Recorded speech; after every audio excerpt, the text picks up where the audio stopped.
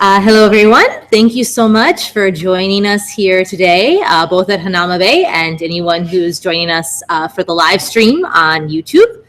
My name's Katy Hintzen, and I'm an extension agent with the University of Hawaii Sea Grant College program, and I'm here today with my colleague, Maya.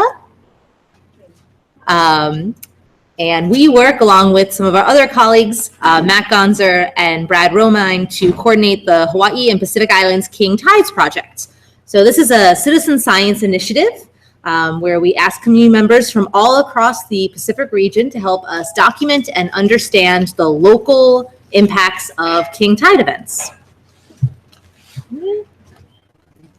So what we're going to go through today is a bit about the project. What are king tides? Why do they happen? Why in the world are we asking you to go out and take pictures of them? What kind of applications we use the observations and data that are submitted through the project for. And then lastly, how you can get involved, how you can join the project and join our really fabulous team of citizen scientists. So I wanted to mention before I get rolling that all of the photographs that you see in the presentation today are photographs that were submitted by our citizen scientists to the project. So you're going to see lots of different impacts of king tides from all across the Hawaiian Islands, as well as some other really interesting locations in the Pacific region. So here we have photographs from Kauai, Maui, Oahu, and then also the Big Island. So what is this project exactly? This is a citizen science project. And I know it's a little dark out there in the audience, but we're going to be asking for some of your participation and thoughts throughout the presentation so I can mostly see you. So we wanted to know if anybody has an idea of what citizen science is. Anybody? Yes? It's science by unprofessional volunteers in the public. Yeah, so science from the public, pretty much exactly that. It's science that engages community members, everyday citizens in contributing observations and information that's then used to solve real world problems. And so this project uses a handy dandy device that pretty much everybody probably has in their pocket today, which is a smartphone. We have a free smartphone app, and we ask people to submit photographs of king tide impacts on their local shoreline through this smartphone app. And if you remember nothing else from our talk today, we're hoping that you'll remember some of these dates, because these are the upcoming king tides in Hawaii and around the Pacific region. So in the Hawaiian Islands, we're going to see king tides on June 23rd and 24th. And July 21st and 22nd. And we try to kind of rally citizen scientists around these dates to go out and take photographs of their shoreline and get as much coverage of the area as we possibly can. So a little bit about the aims of this project. One of our first aims is to educate and train citizen science on coastal processes and coastal hazards. So there's a lot of great opportunities to talk with people through workshops and presentations like this and some of our online workshops as well. Talk to them about coastal processes, what leads to things like erosion, high sea levels, king tides, and also to get people out in the world observing, learning, being part of the science experience themselves. Aim is to observe and document water levels during king tide events. So not only do we rely on our citizen scientists, because there are a lot more of you than us, but we also really rely on the local knowledge of the community. One of my favorite things about this project is that we're really tapping into your place-based knowledge and expertise. So anybody who's living in an island community, you've probably been living, working, surfing, fishing on the same coastlines for years, some of you maybe even decades. And as a result, you have a lot of really important knowledge. You know those places deeply, you know their history, you know what is usual and what is an anomaly there. And we want to have that information. We want not only the photographs, but your observations and your thoughts about what's happening as part of these king tide events. This is a photo of low and high tide during the most recent May king tide at Kapaho Tide Pool on the Big Island. So you can see pretty staggering difference there.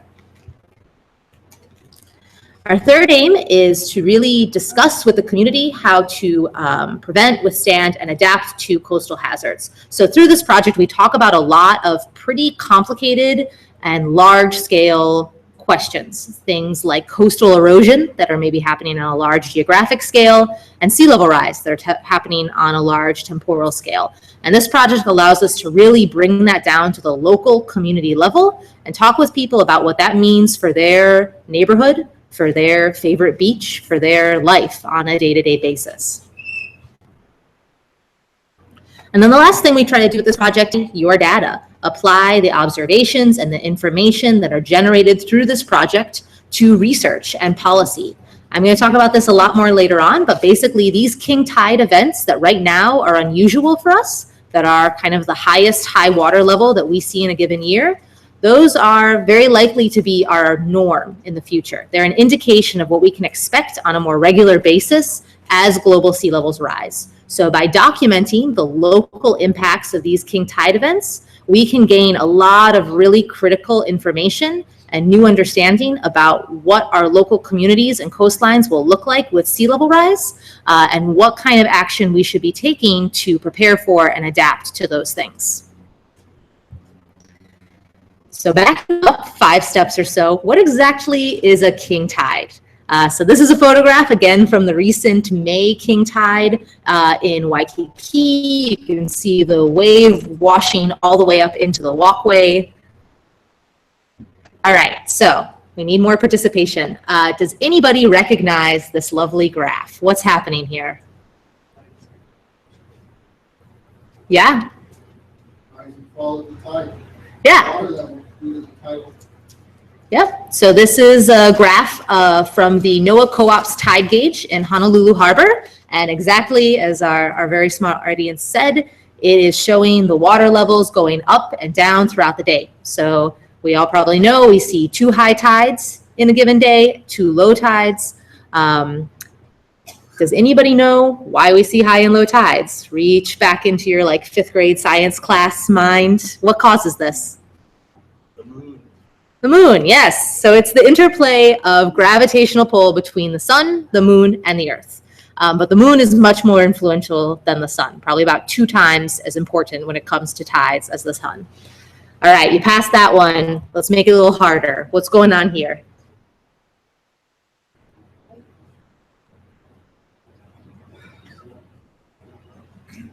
So this is the same graph that you saw, right? The daily tide movement, but extended out throughout a month. So we see high tides, we see low tides through the entire month. But what do you notice? Are they all the same height? Are all the high tides the same? No. So we have some high tides. Not all high tides are created equal. Yeah. Some high tides are higher than others. And basically king tides are simply the highest high tides of the year.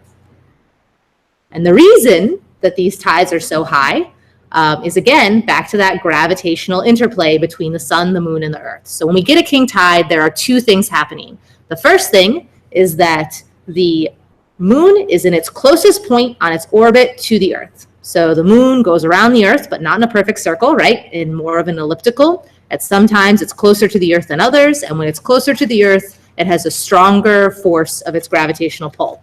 The second thing that happens is the sun, the moon, and the earth are in alignment. So the sun is backing up the moon, reinforcing its gravitational pull.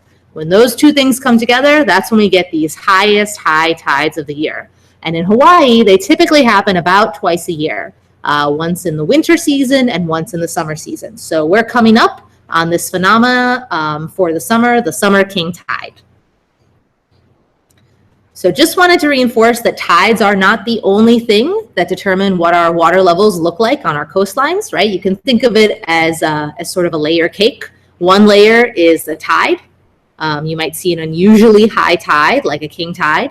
But then on top of that, we can also get large Pacific Ocean level trends like El Nino, La Nina cycle that have an influence on our water levels. We can get storm surge. And we get global sea level rise, being kind of one more layer on the cake. All of these things together help determine what the water level looks like on our local coastline on any given day.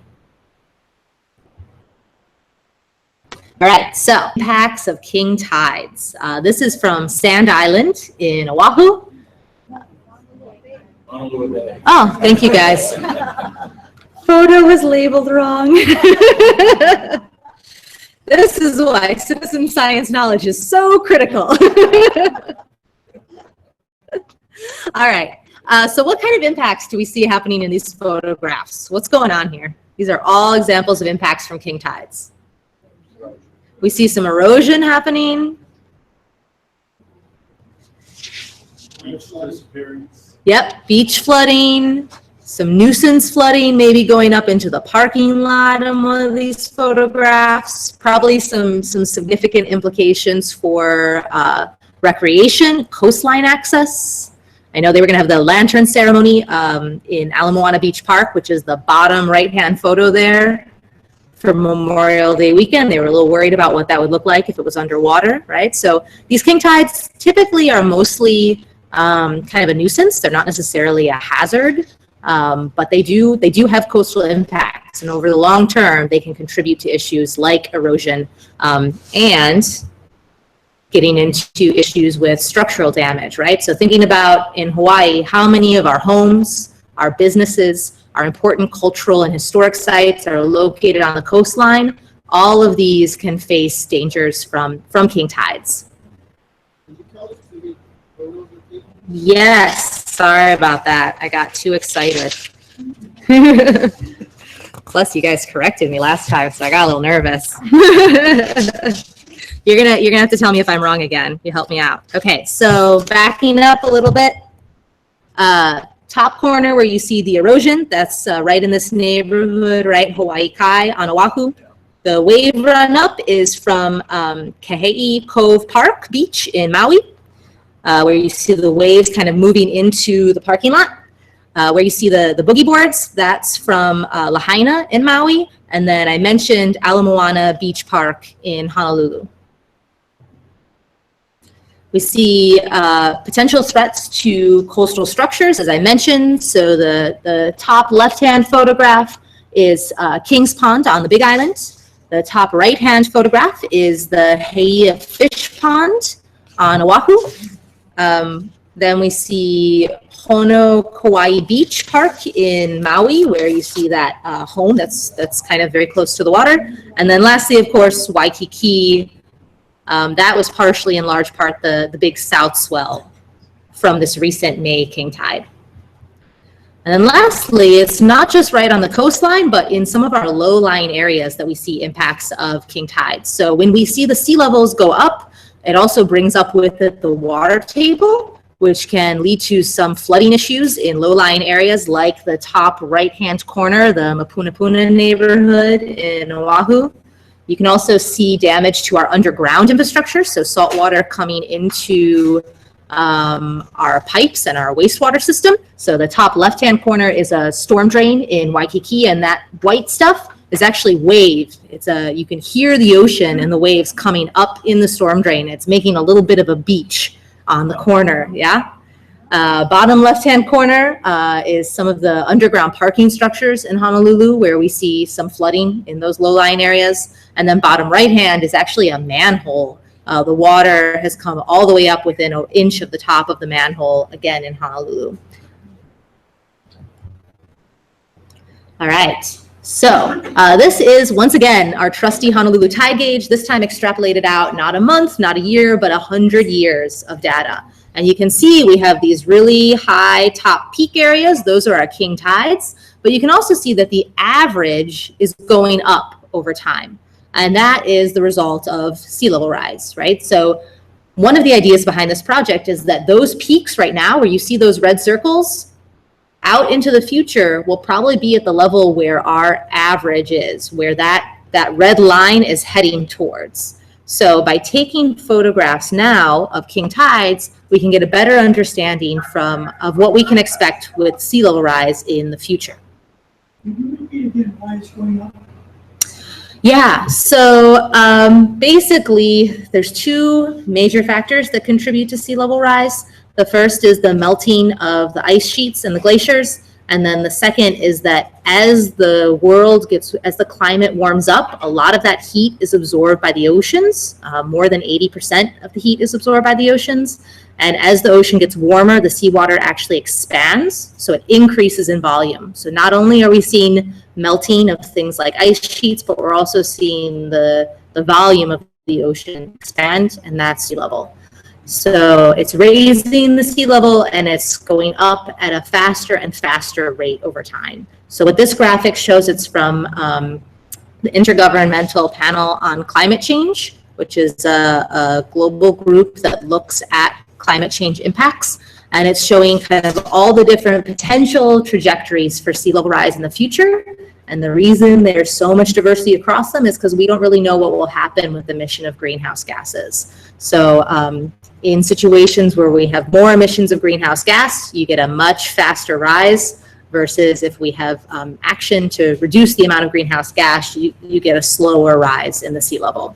But what we do know is that the sea level will continue to go up, and it'll continue to go up at a quicker rate. It's just a question of how fast that rate is. All right, so you guys have gotten a lot of information. As mentioned, I should say, this photograph is from Pago Pago in American Samoa. It's water coming up into the parking lot. And one interesting thing is that this is the same path that the tsunami took that hit in American Samoa. So it gives us some ideas of potential storm impacts as well.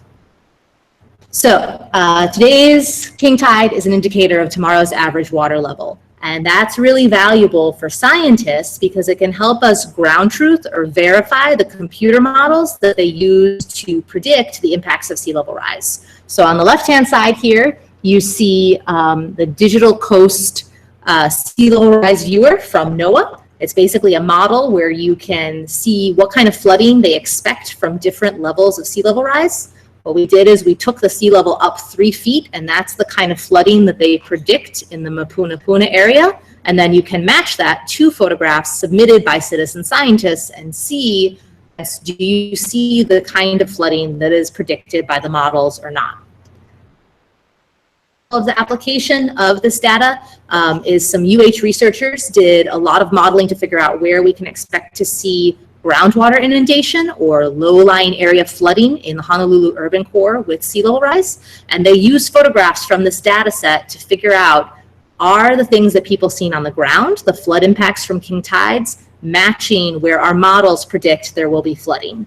And if they are, they have a better indication that their models are working right. And if they're not, they can use that to calibrate and adjust their models. All right, so I'm going to pass it over to Maya now, who's going to talk to you guys a little bit more about how you can get involved in the project. Okay, thanks so much, Katie. Aloha, I'm Maya. I work for the University of Hawaii Sea Grant College program. And I'm just curious, how many of you guys participated in the King Tide photo survey this month? Or I should say last month in May. Do we have any people who have already contributed photographs? Heard about king tides through the newspaper, radio, TV? Okay, so that's most folks in the room. And I'm happy to hear that we have a lot of potential volunteers that we can recruit tonight. That's exactly what we're trying to do. We're trying to get new people signed up and new places photographed. So one of the questions we get a lot is, where should I go and take a photograph? And this is a great tool to kind of play with to prep for the photo survey. So I'm going to open this website up. This is the Noaa Sea Level Rise Viewer. So this is what the website looks like. I'm going to press Get Started. And I thought we could go to Hawai'i area, Hanauma Bay area tonight. So let's go there.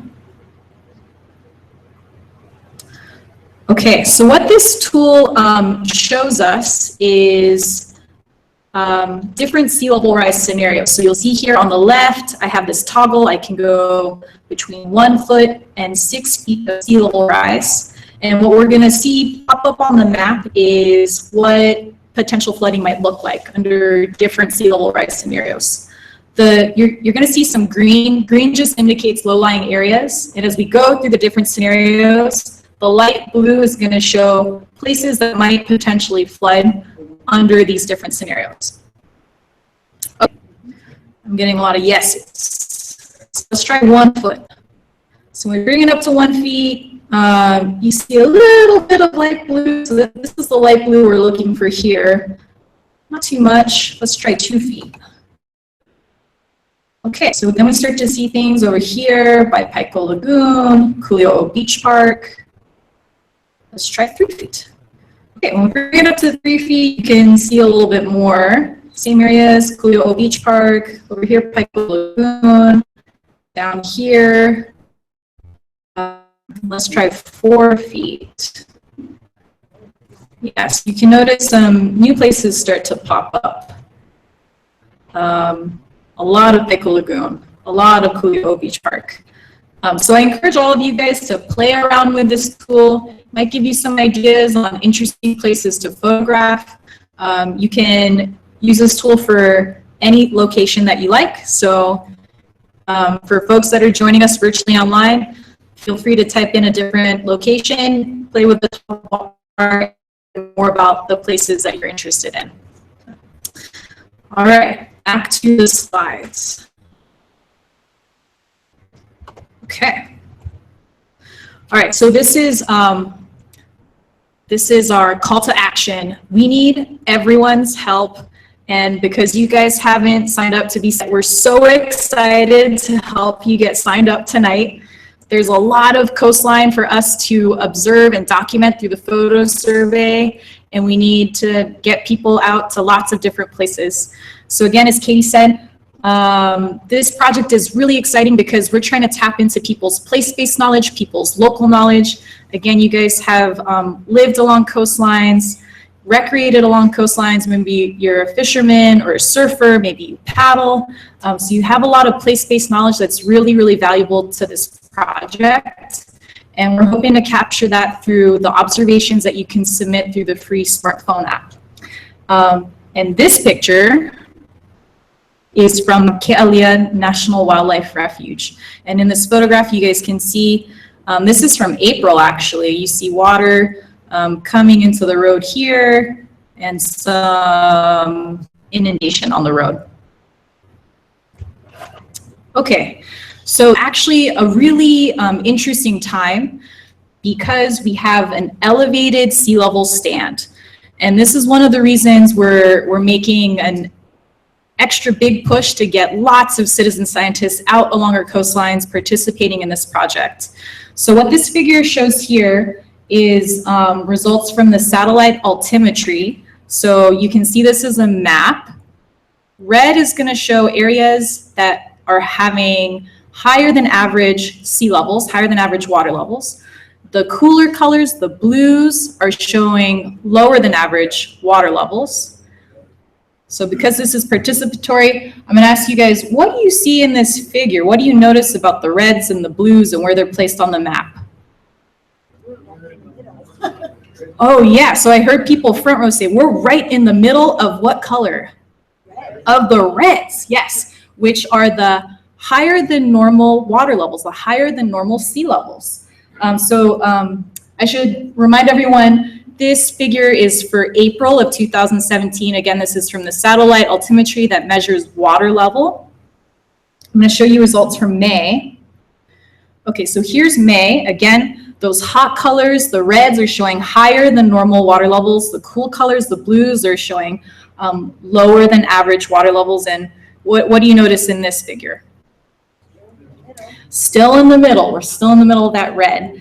And so this elevated sea level stand is occurring for a number of reasons. So, and Katy described this before. It's like a layer cake. It's stacking. So we have El Nino, we have eddies. We had on the South Shore, we had South Swell that was contributing to water levels, and then we have these king tides, which are some of the highest high tides of the year. So this summer, we're experiencing lots of different things. They're stacking up on each other all at once, and that's what's creating this red over the Hawaiian Islands. So again, we're really interested in documenting and photographing this. So I hope all of you guys sign up. I hope you go home and tell all your friends and all your neighbors. We need lots of people to help us this summer. Okay. I think we're going to become experts at reading the tide gauge data by the end of the night. But just to walk you through this again, here along the x-axis, we have the date and the time. And here along the y-axis, we have the height in feet. And this is data from the Honolulu tide gauge. The blue shows the tidal prediction, and the green shows what was actually observed at the tide gauge on that date. And what do you guys notice about the blue and the green lines? Okay, yeah, I hear people saying the green line is higher than the blue line, maybe about a foot apart, and that's right. So this is data again from the Honolulu tide gauge for April, and what happened in April is we were getting water levels that were coming in higher than what we had predicted, sometimes as high as 9 inches higher than what scientists have predicted the water level to be. And again, this is that combination of different things. We have El Nino, the king tide, Pacific decadal oscillation, the eddies, sometimes swell is coming into play as well. So this is the elevated sea level stand, this time from the tide gauge's perspective. And to show you what this looks like on the ground, we have a couple pictures. So on the left, a photo from He'ea fish pond. You can see the water is overtopping the fish pond wall. And on the right, we have a photo from Waikiki from April. Okay, so we're reviewing again. Here's the Honolulu tide gauge data. This is for May. And again, the blue is what was predicted. And the red this time is the preliminary observations from the tide gauge that they'll have to go back and verify. But what do you notice about the figure, the red and the blue lines? Yes, the red line is higher than the blue line. We're still experiencing this elevated sea level stand. And just to show you guys what this looks like, oh, I should highlight this. If you're into tide gauges and the graphs that we're showing you, the data that we're sharing with you tonight, I encourage all of you to visit this website. It has tide gauges from all across the country, and you can look at this for any date you like. So please visit tidesandcurrents.noaa.gov. Oh, well, this is what it looked like last week, May. So this is Waikiki, and again, it's that stacking. We have all these different things that are contributing to the elevated sea level stand and leading to impacts like this. Where in Waikiki is that? I think this is in front of the Halekulani Hotel. If I am wrong, please feel free to correct me. It's right after the Halekulani, before the Sheraton. Ah, okay. So there's a beach area. All right, so we have some good place-based knowledge in the room. I'm hearing this is after the Halekulani Hotel, right before the Sheraton. Okay. So I want to show you guys where we have photos and observations so far, because I'm hoping it'll inspire folks in the room to go to places where we don't have photographs for yet. So the white and the orange dots represent data points for places that we received photographs and data last year, last summer and last winter. So you can see we had folks participating on Kauai, Oahu, Molokai, Maui, and Hawaii Island. And we had really incredible participation this month in May. So a lot of folks joined the data set and participated this last month. And all the purple dots show the new contributions we got in May. And we had over 200 citizen scientists join the program. And we had over 800 photographs and observations submitted through our publicly accessible data set, which is really, really exciting, but still lots of places to go. So if you have friends who live on outer islands, there are still many, many places that we're interested in learning more about. So this map is on our website. I apologize, this map is not on our website yet, but we'll have it up later this month. And I hope you guys go to some of the places that we're still looking to get photographs from. And this project is not only in the Hawaiian Islands, we're collecting observations more broadly throughout the Pacific region.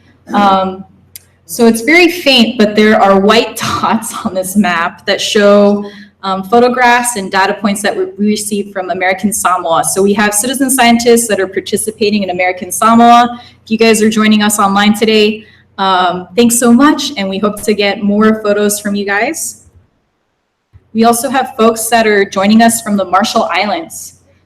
So when you go out there and photograph the coastline, remember that you're part of this bigger, larger effort. You're being joined by citizen scientists from lots and lots of different places.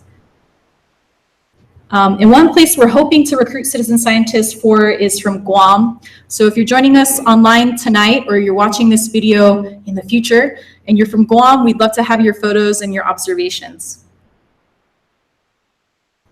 So again, these are the dates, say, this month in June and next month in July. And this information is on our website, which is on pacificislandskingtides.org. So please visit us on our website as well. All right, so this is the important part. This is how you actually join the data set, download the app, become a citizen scientist that's a part of our project.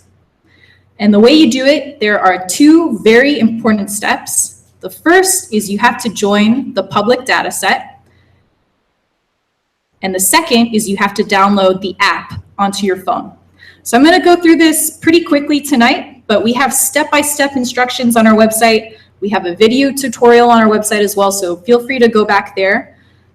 And I recommend signing up for the data set from a laptop or desktop computer. You can do it from your smartphone, but it's going to be really tiny text. If you have good eyes, feel free to do it on your smartphone. So the website you're going to go to is this, getliquid.io-home. When you get there, you're going to see a picture like this. You're going to click on Get Started for Free. Then you have to create an account. And what you do is you give them a username. It can be I love citizen science 23. Then you give them your email address, and then you have to come up with a password. And then you press sign up. Okay, once you have done that, once you've created an account, it's going to show you a window like this. It's going to say, you're in. And you're going to go to the bottom and you're going to press close this message.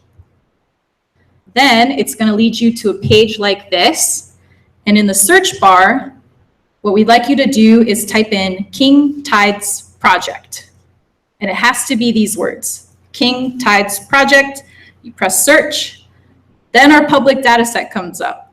Hawaii and Pacific Islands King Tides Project. You're going to click on that. And it's going to lead you to our data set. So this is the cool part. You're going to click join this data set here. And once you've joined the data set, you get to see everyone else's photographs, everyone else's observations.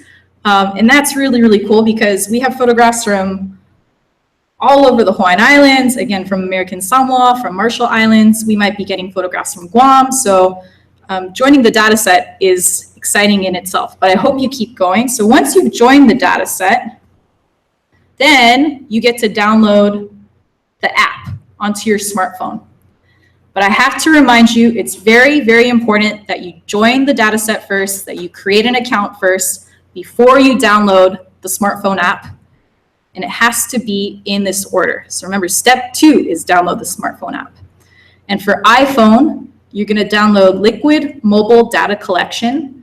And for Android, you're going to download Liquid Field Notes. Once you have the app downloaded onto your phone, you'll turn the app on, and this is what it's going to look like. So on the left, this is what it looks like on an Android. And on the right, this is what it looks like on an iPhone. and you can enter the same email and password that you just used to create an account. So I'm pretty forgetful. I have to write down the email and the password so that when I open my app, I know what to type in. So if you're forgetful like me, pull out a Post-it, write that stuff down. Once you enter and open the app, this is what it looks like. It's going to show that you already have the data set inside of your app. Again, the left is what it looks like on an Android, and the right is what it looks like on an iPhone. And all you have to do is press New Record, and it'll lead you to a page where you can enter all of the information. So the latitude and the longitude, the location of your photograph, it's actually pulling that information automatically from your phone's GPS. So all you have to do is press the arrow icon. It does that automatically. The date and the time, that's populated automatically too by your smartphone. And so what you're going to do is you're going to take a picture. And then again, we're really looking for those notes, those observations that you have of the places that you know well. So please enter things that you notice into the observations field. And then at the end, you'll hit submit, and it'll become part of this free, publicly accessible data set that we're building together. Yeah. Pictures from before or just pictures during? That's a great question. The question was, do you want pictures from before or just during the king tide? And the answer is, we want photographs from any time of the year. We try to organize around king tides because we have to pick a time to do trainings and organize people around. But if you are a really committed citizen scientist, we would love pictures of low tide and then pictures of the king tide or the high tide from the same location. Those are really good comparisons for us to have. We would love pictures from outside of the summertime and the winter time. So if you decide to go out in the springtime or the fall time, that's a really important contribution for our data set.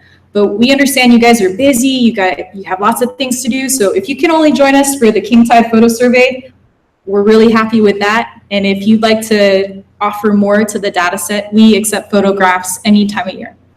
That's a great question, thank you. All right, so capturing the perfect king tide photo. So what you're gonna do when you head out and participate in the photo survey is you're gonna line up parallel to the shoreline. And then once you're here at the highest mark of the water, you're gonna take a step to the right. And then you're gonna take the photograph. Notes on taking a good picture. It's nice if you can have a structure or some kind of permanent object in the background that allows us to gauge change through time. So let's say 10 years from now, you've submitted 10 years worth of amazing king tides photos. You went to Hanauma Bay 10 years in a row. You took a picture from the exact same place. We want something permanent in the background that we can compare throughout the photographs to get a sense of change through time. So that's another note to make. If you can place a permanent structure in the photograph, it really helps us. Oh, should I tell you where these photos are from? Okay, let's see. This one is from Kaimana Beach. This one here on the right, Waikiki, I think in front of the Hilton. And then this one here, I believe is Almoana Beach Park. This is Queens Beach, I've been told. Never mind, this is Queens Beach. Okay, the last thing I'll mention tonight is we have amazing resources on our website. I hope you have a chance to visit. We have tide tables that tell you what time you can go out and expect the king tide for different locations in the Hawaiian Islands and more broadly throughout the Pacific region. We have video tutorials. We have step-by-step instructions on how to sign up for the data set, how to download the app onto your phone. And this is the website that you can find everything on, www.pacificislandskingtides.org. And again, we have step-by-step instructions on how to sign up for the data set, create an account, get the app onto your phone. You can read it in a PDF, or if you don't want to read, you can watch the video, and it walks you through how to do the same thing. And I want to remind everyone, it's really exciting to be a part of this project. It's really exciting to take photographs along the coastline. But just a reminder to everyone that the coastline is a dynamic place, so please be careful as you participate. Please be careful as you take a photograph. We want all of you to continue to contribute to the data set. We want you to do it for many, many years. So please practice safety as you go out and participate in the photo surveys.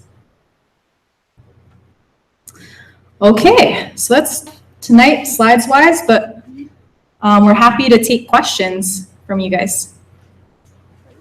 Can you talk a little bit about the fact that the high and low tides occur at different times in different places on the islands, and how to adjust for them? Yes, so that's a great point. The question was, can you talk about high tide happening at different times for different places, and how can we adjust for that? And the best way to prep for that is to go to our website. So maybe I'm going to pull this website up actually. We have tide tables that show you what time to go where. So this is the website. I'm going to click on the tables for the Hawaiian Islands first, and then I'll show for other parts of the Pacific second, because I think we have some folks joining us online tonight. All right, so the PDF loads. Great.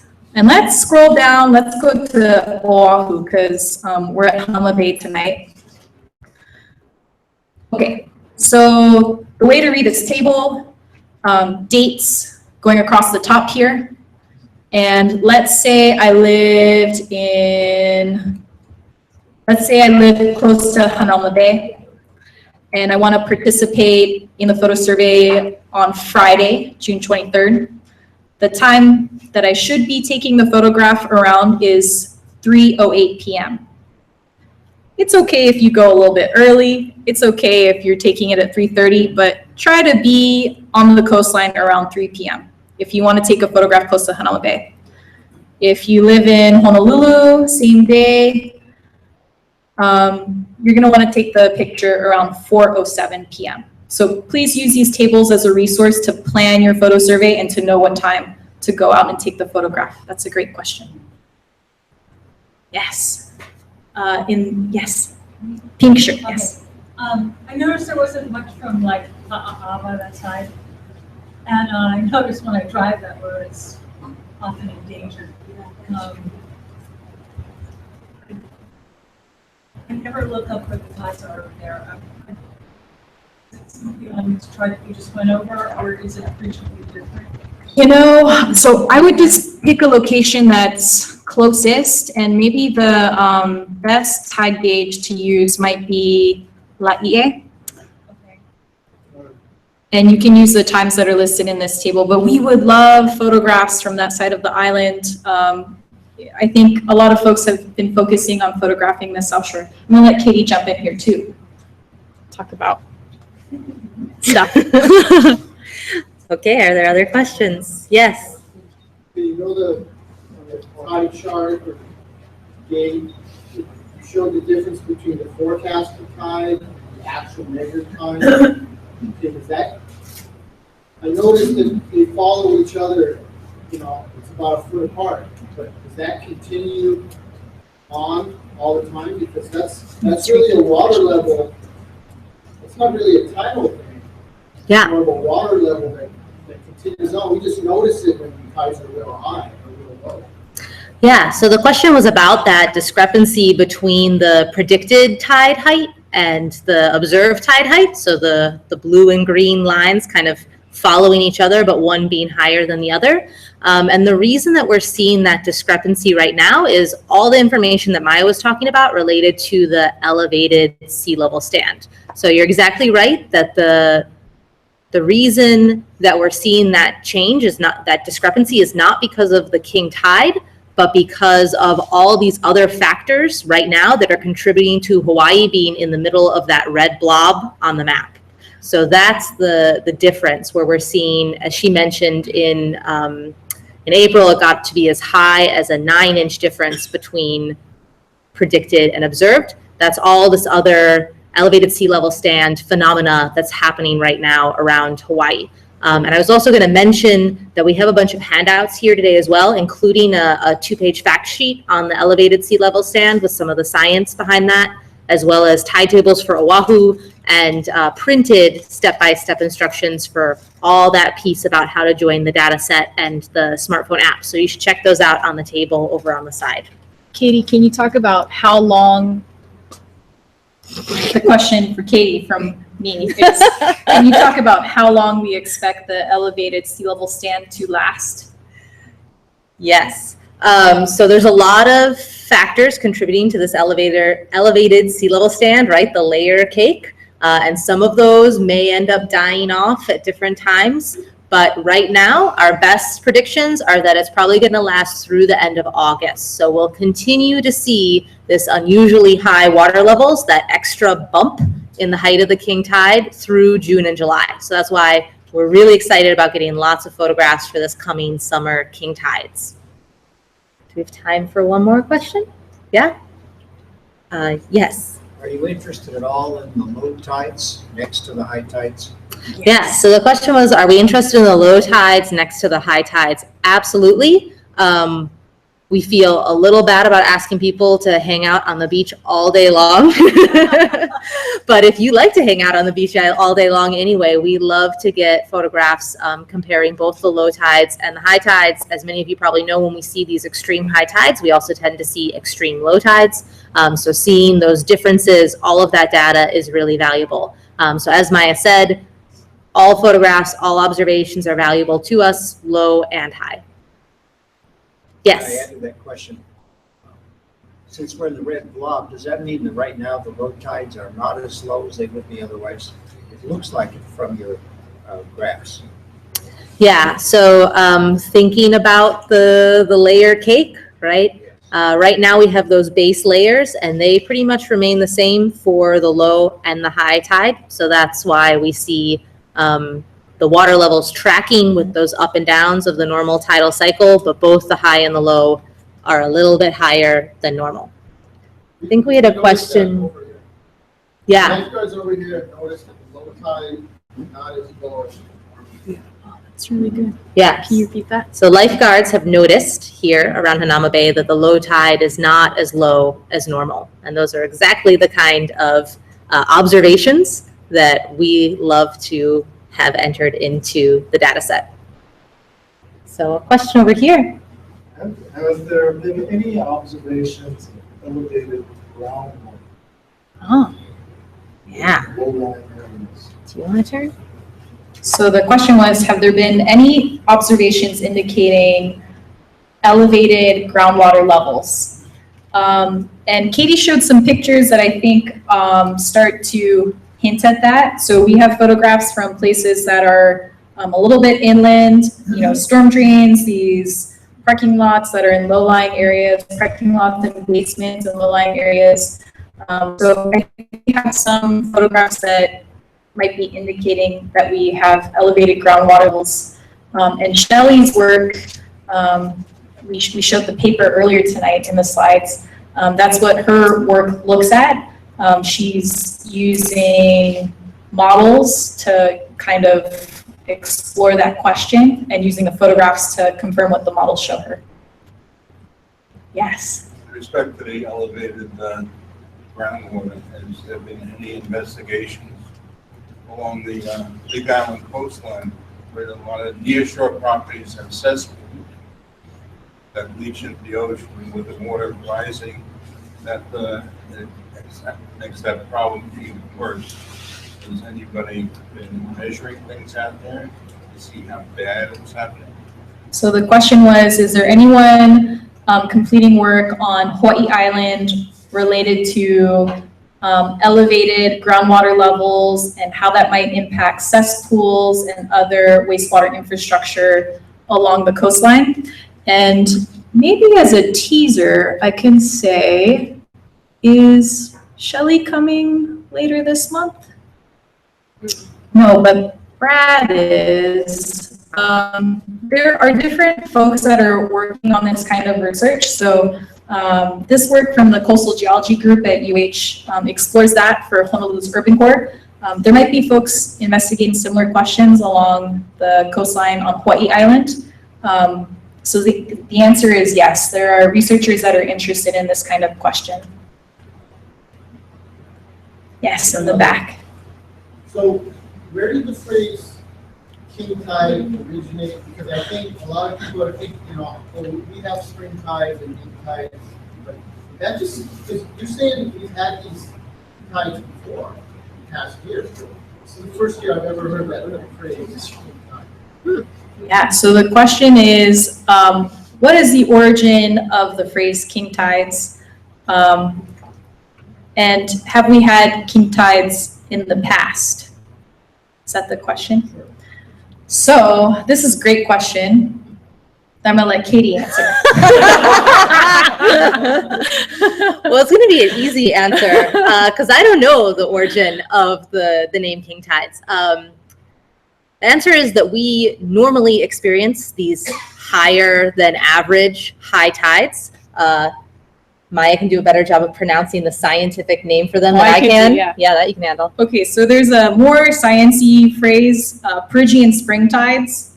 But in recent years, I think this phrase king tides has become more and more popular to describe that same thing, these Phrygian spring tides. So again, like Katy said, we get these extra high tides during certain times of the year in the Hawaiian Islands. We tend to experience these extra high tides, these king tides in the summertime and in the wintertime. And it's because of those two things that we talked about earlier tonight, the alignment of the sun, the moon, and the earth. And the moon is at its closest point in its orbit to the earth. But what is the origin of king tides? We're gonna have to look into that. That's a great question. Yeah, but it is a normal phenomena. It's something that we've seen for many years. The difference, probably the reason it's getting a lot of attention this summer, is because of that elevated sea level stand. Can I ask a question? Yeah. Okay, the last question for you guys is, how many people will join us for the photo survey this June and July? Raise your hand. Okay, so we got a couple new citizen scientists tonight. If you're joining us online, you can raise your hand too. And we'd love to have your photographs and your observations.